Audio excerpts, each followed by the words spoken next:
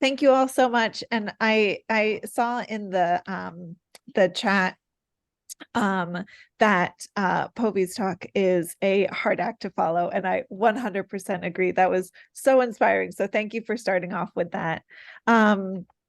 Yes, my name is Heather McMordie. I'm a artist, curator, and educator based in Providence, Rhode Island. And I am delighted to be back here again, presenting at a virtual symposium, this time with Ed Landa, my collaborator. Ed, I'll let you introduce yourself. Great. I'm Ed Landa. I'm at the University of Maryland, and I'm a soil scientist. Awesome. And the project that we've been working on is called Ditchin, Hay and High Ground. It is a collaborative project that we have been dreaming about since May of 2022 and actively working on since August of 2022. So the project takes a look at the impacts of mosquito control ditches on salt marsh ecosystems in the Northeast, and examines that through printmaking and multimedia art and installations. And Ed, I'll let you present the soil science perspective. Great. So in the Northeast United States, pretty much from Massachusetts to Maryland, mosquito ditches have been dug since the early 20th century to drain the salt marshes and control mosquitoes. These were also areas where salt hay was grown, hence the title Hay and High Ground. Next, please. Oops.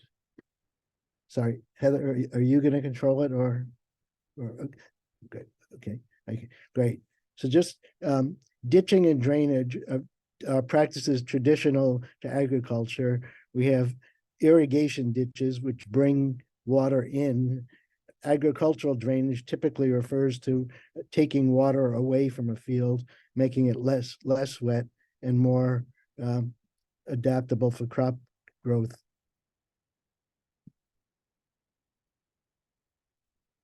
So the ditches that we talk about are not the big ditches like the Panama Canal. They're not that.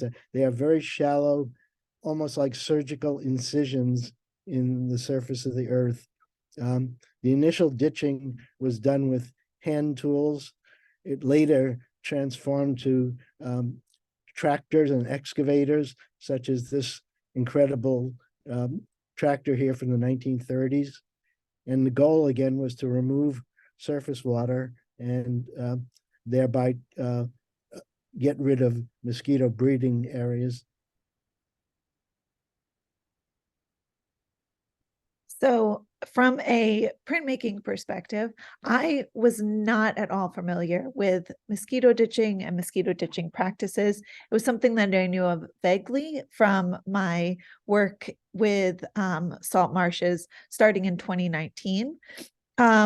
But this was kind of a new history for me to learn about. But what I found really resonated, and for some reason this is cut off here, but it's a printmaking perspective. What really resonated for me was this concept of ditching, incising marks into a surface was something that I practiced as a printmaker, doing different carving processes. And the idea of surfaces that are layered with different marks and histories is something that as a printmaker, I think a lot about. When I'm building an image, I build it in layers, separating out different colors and textures. And I take a similar approach to pretty much everything that I do. I'm always trying to like pull it apart into layers. So as Ed was explaining to me, this history of marshes and ditching. Let me just check my next slide. I got really excited because I could see ways that I was thinking about printmaking and interactive works that really aligned with some of the processes and history that Ed wanted to communicate about the mosquito ditching practices. As a printmaker, I'm really interested in making works that involve puzzles, engage people in figuring out different connections between items. In the case of ditching, it's figuring out the connections between the human actions and the way that water is moving through the landscape, and then the way that that's impacting the mosquito populations and other populations. And I had spent a lot of time, about 3 years before I met Ed and started working on this project. I had spent about 3 years doing work on my own with salt marsh ecosystems and exploring different ways to get people engaged in thinking about the care and restoration of those ecosystems. So from a printmaker, I'm looking at the wonderful changes in topography, the like layered history, and already imagining how I'm going to translate that into prints. So once Ed and I had decided that, like, all right, we've got a shared interest in this area of ditching, the challenge became, why do we want to collaborate? Answering that question and figuring out how we were going to collaborate. So we are coming to this practice from two very different fields, but also maybe not so different. On my end, as I said, I'm an artist, a curator, and an adjunct here at Brown University. The skills that I see myself bringing to the table are the technical printmaking skills, the accessibility to tools, materials, and other resources to make physical prints. I'm part of a wonderful cooperative printmaking studio here in Providence, and I've got so many wonderful people that can assist me in developing prints. And I also bring to the table an interest in translating environmental knowledge into visual experiences. So for me, something that came to me rather late in life, as my interest in environmental history grew, was the fact that this concept of change over time, which historians talk about, is exactly what we do in the earth sciences. So I think that's one of the skill sets that I've brought to the collaboration, and I've gotten pretty good at digging into archival material, and I've got a long-standing interest in the linkage of soil science and art, which we'll get into in a minute.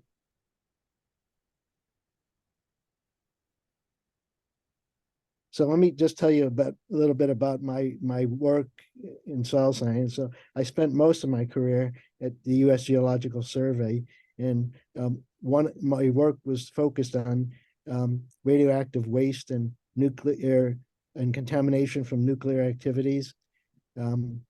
Later, I got into mosquitoes and marshes, but this is from 1991. This was a project after the Chernobyl accident. So this was 5 years after Chernobyl, and just you can see some of the work involves sampling rivers, groundwater, soil samples, this kind of thing.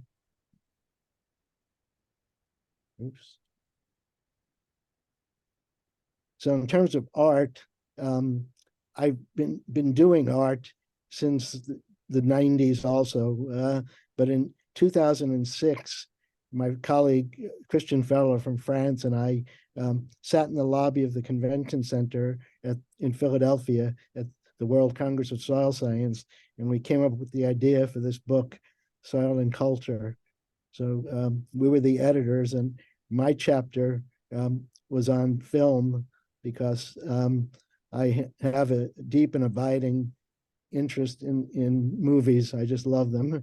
And we actually are incorporating a film component into this ditching project. And we really lucked out in that one of our soil science students who's starting a master's program in January is a soil judger and a skilled filmmaker. So it's Patrick Burke, and we've been working with Patrick to have a film component in the project. So here's some of my art. I've been doing collage and assemblage work for many years. But because of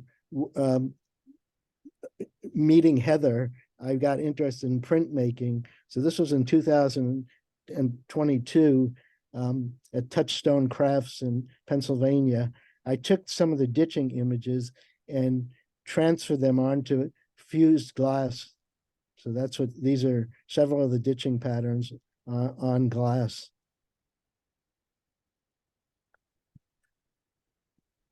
And I think that is a great segue into how we have tried to collaborate with one another. And one thing that I've really loved about collaborating with Ed is that we create space for respectfully stepping into each other's fields. So here are two images from the first time that we were able to meet in person and start our in-person collaboration. On the left, that's me in our first site visit to William T. Davis Wildlife Preserve in Staten Island.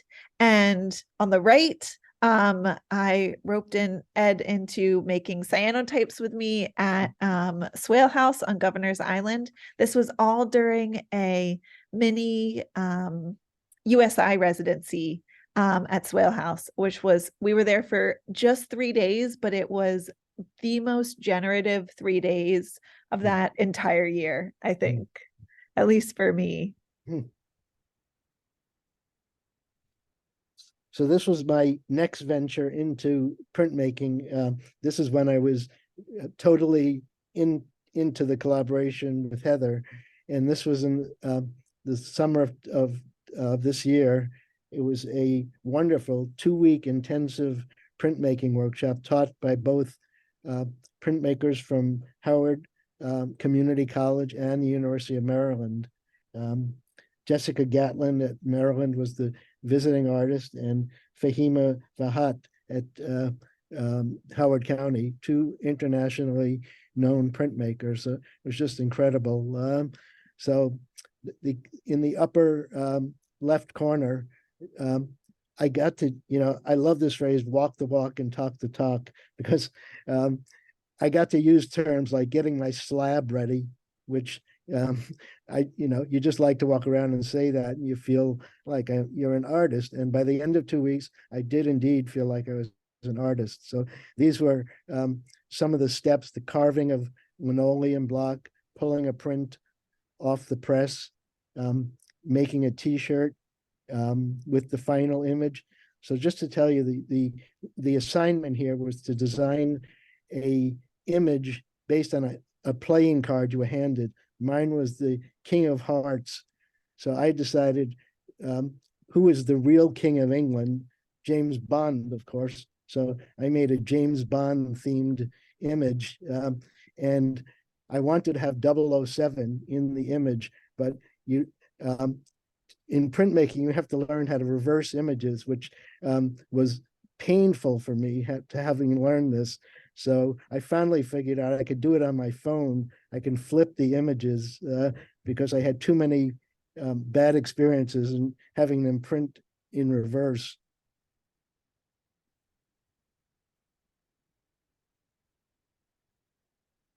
So I shifted from the ditching patterns to mosquitoes, and here's just some of the products. The live and learn up in the middle center this was a piece of fabric that had very high ridges on it, and when you go to print, you find out that you cannot print on that because the plate does not reach the textile surface. So again, live and learn. When you're a novice, it's both humiliating and delightful to have these experiences. And I think one of the things that I loved about collaborating is that I was excited about nerding out with Ed, learning all the things about soil science and ditching. And Ed came to my field of printmaking with that same enthusiasm. And one of the things that we kind of really found ourselves delighting in is like the different like terminology. Like Ed mentioned, preparing your slab on the previous slide. One of the other things that we talked about was this idea of chatter. It's called chatter in printmaking when you carve things away and there's like little pieces that are left that are still printing. So there are all these little like very specific terminology that we began collecting as we're also collecting our imagery. So while Ed was stepping into my practice of printmaking and making some prints with his own, I was also doing my best to continue stepping into Ed's field and learning from him and his research.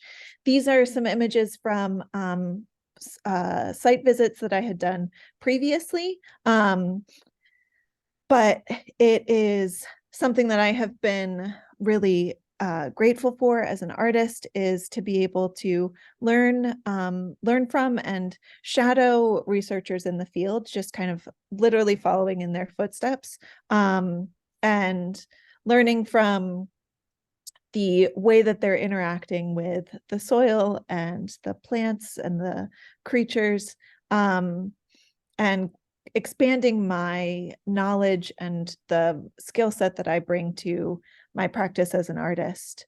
With Ed, that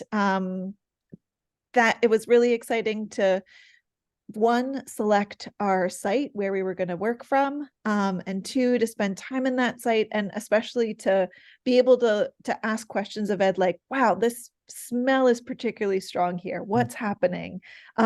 This soil looks really different. Like, what's happening here? So it was great to explore the site together. This is the photo on the left. In our first site visit, I buried some steel plates that we had intended to leave for 6 months to see how they would react to the hydrology of the soil and the salt moving through it.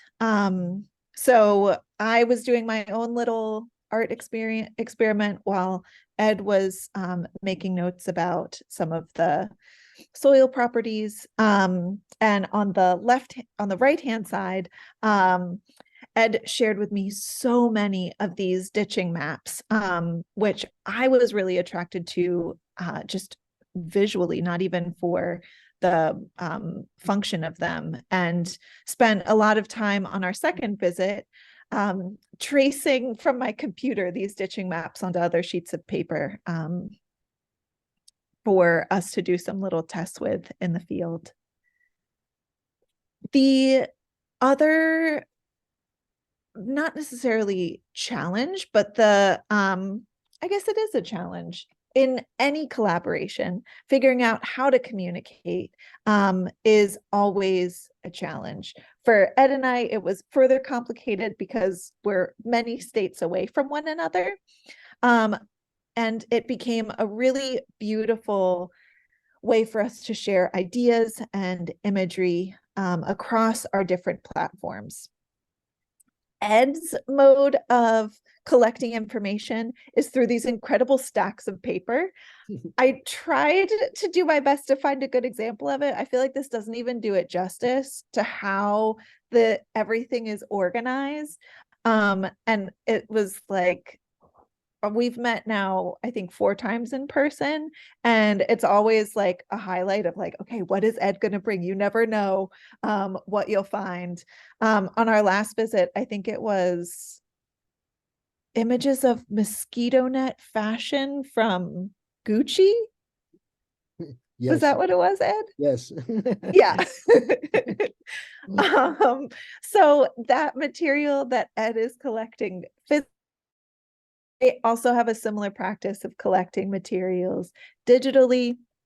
And we found that using Google Drive to share all of these inspiration photos in, and also, oh, and here's Ed's stacks of paper, but also using a platform called Arena, which if you haven't used it before, I love it as a just information organizing system because you can upload everything. You can upload PDFs, texts, websites, images, videos, and they just all appear as a square. So this became a great place for us to start collecting inspirations, to start collecting reference documents, and also start collecting texts that would become part of the ideas that we incorporate into our work.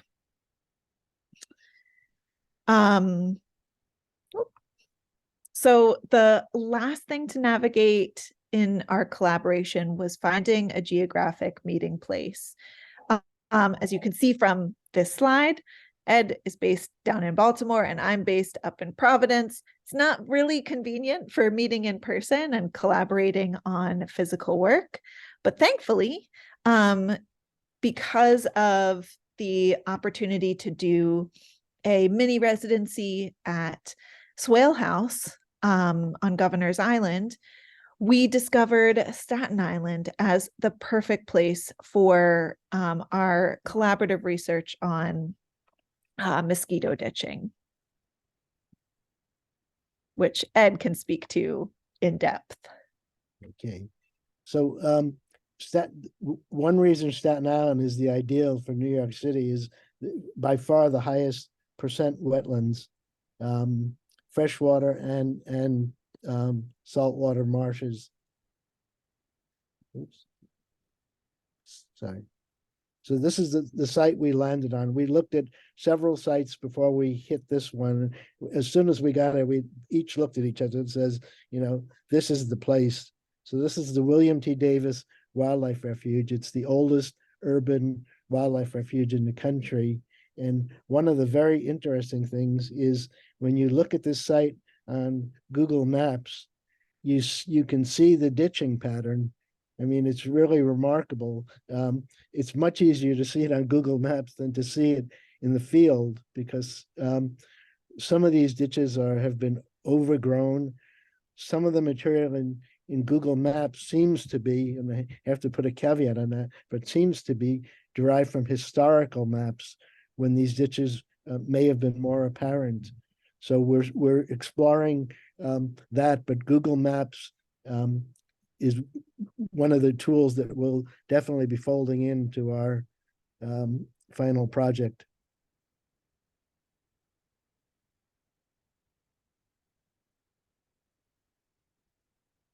Heather, you? Oh, yeah. Sorry. Yeah. So as I kind of briefly explained earlier, we were specifically looking for a site where we could bury these steel plates for at least 6 months. For some background information, back in 2020, I did an experiment where I buried small steel plates in a salt marsh here in Rhode Island for a period of 2 months. I believe 2 months. Actually, it may have just been 1 month. And took the natural corrosion from them and printed them like you would an etching. So the plates became naturally corroded, had a texture to it. I rubbed ink into it and pressed that onto a piece of paper, creating in essence a map of this particular marsh site and how the water was moving through the site. I really wanted to do this same experiment again, but change a couple factors. One was the length of time. I really wanted to see what would happen if we left the plates in place for at least 6 months. And the other was to try and control the corrosion that happened. So the plates themselves, it's a little difficult to see here, but they were coated with a asphaltum, a protective covering for the steel, which I incised with a design of the ditching maps from Ed's research. And then we buried them at various locations throughout our site and left them for about 7.5 months. We were specifically looking for a site that we knew wouldn't be too disturbed by other human activity or development, but was also easily accessible, which this site was. We returned in late March and unearthed the plates. 6 plates were buried, and we returned with 5. One plate, which was buried very close to the edge of the marsh, we believe was just lost. But you can see here on the right-hand side, the plates were very corroded. And I'll show you in several slides some of the beautiful marks that we were able to print from them. Okay, so just to show you a little bit more about, this is not only at William T. Davis, it's all over Staten Island. So let me just show you some other views here. So this is another site nearby. This is on the north shore of Staten Island, Meredith Woods, and you can see the ditches in both the satellite view and in the default view of Google Maps. Okay, here's another site, Sawmill Creek, also nearby. The one in the middle is just, to me, one of the most striking images. And when I look at Google Maps now, my eye automatically goes to this site. Just incredibly designed, really. Okay, but it's not just, excuse me, not just Staten Island. This is in Massachusetts, and you can see the same patterns. And this, we're going to get into in a minute, places where we've shown our work so far. And we're showing it in Massachusetts. And so the interest in the ditch modified landscape is really regional, not just limited to New York City. So the site selection was more than the marshes of Staten Island have some great stories associated with them. This is William T. Davis, who was a wonderful naturalist, a specialist in cicadas, and just a fixture on the Staten Island museum scene. So this Staten Island marshes were really terrific for us, because the marshes are extensive across the island. The density of ditches is high, as you can see from those images, and it's an urban site, which makes it just an added level of uniqueness and interest. One of the interesting things is that the community where William T. Davis is located is now referred to as Travis, but the original name was Linoleumville, because the original production of linoleum in the United States occurred there. So here we are with our linoleum plates, our lino cuts in Linoleumville. I mean, it's wonderful. Just the serendipity here. So there's lots of stories to tell here. There are maps that go from historic to high tech. The ditches are, at 100 years, people are still discussing mosquito ditches, what we've learned from them, and what we might need to do in the future in terms of remedial action where they're not serving a societal purpose in this day and age. So we're looking for partnerships in the two communities adjacent to William T. Davis and throughout the metropolitan area. So anyone with ideas, we'd be delighted to talk to. This is the bridge that we cross whenever we leave the site. It's just a gorgeous place despite litter, which clearly is a problem. It's still breathtaking. And just I Heather and I had a last trip back there just this month, and the Fresh Kills Park, which is this huge, the biggest park in the city. The North Park is now open to the public. This is a bird watching platform, cantilevered, spectacular. When you stand at the end, you're looking back at our site.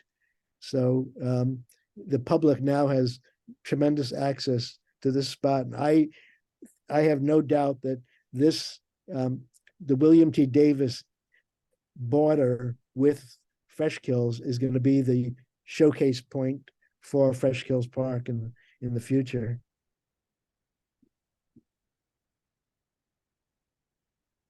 So we've shared a lot about our process and our research, and the project itself is still in development.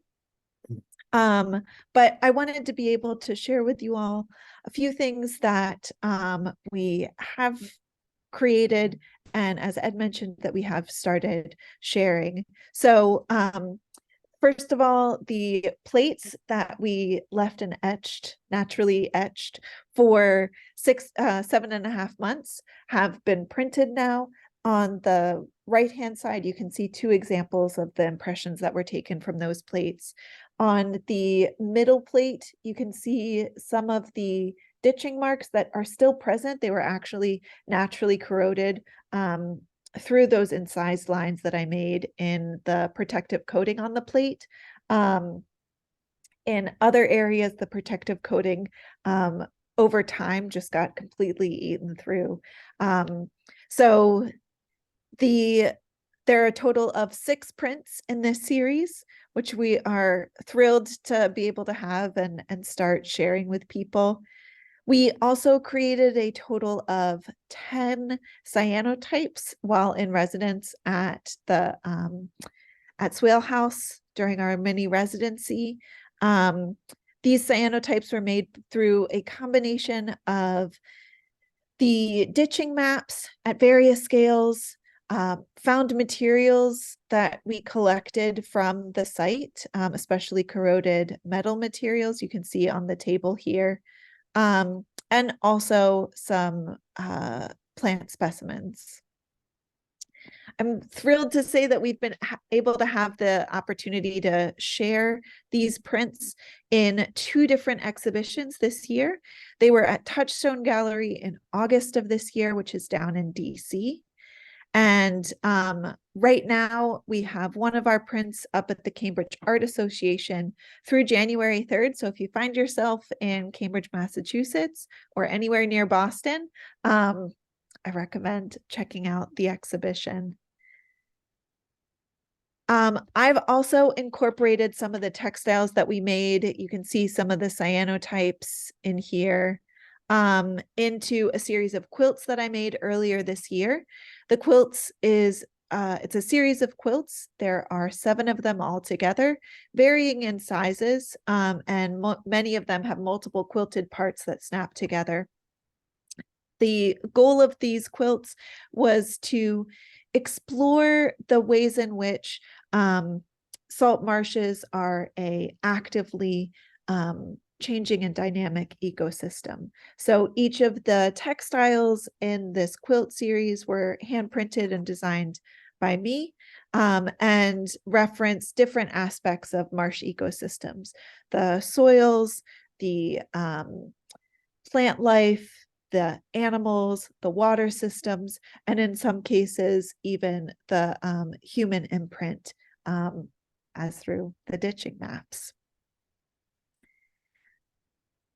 Lastly, we are working on the final installation and iteration of this project, which will be a collection of printed textiles. Oh, I'll mute this. A collection of printed textiles that incorporate a variety of different patterns and maps, if you will. You can see on the left-hand side, I've been experimenting with printing the ditching maps on a variety of different fabrics and in different colors. We're also hoping to include street level maps, historic maps, and using mosquito wing, like the veins in mosquito wings, as a different version of maps, and kind of thinking about the ways that we can diagram the world around us. These layered fabrics will become an installation that will be will have a film projected on it. As Ed mentioned, we have a wonderful student, Patrick, who's working on this film. So we're hoping that by the spring of this year, of this coming year, all these pieces will be coming together for the final installation. So with that, that was our last slide. Thank you all so much. If you'd like to be in touch with us, our email addresses are here. You can also follow me on Instagram at HLMCMO. But I think, great, we have some time, a little time for questions. So I'll stop sharing my screen, and we can open up the floor for questions.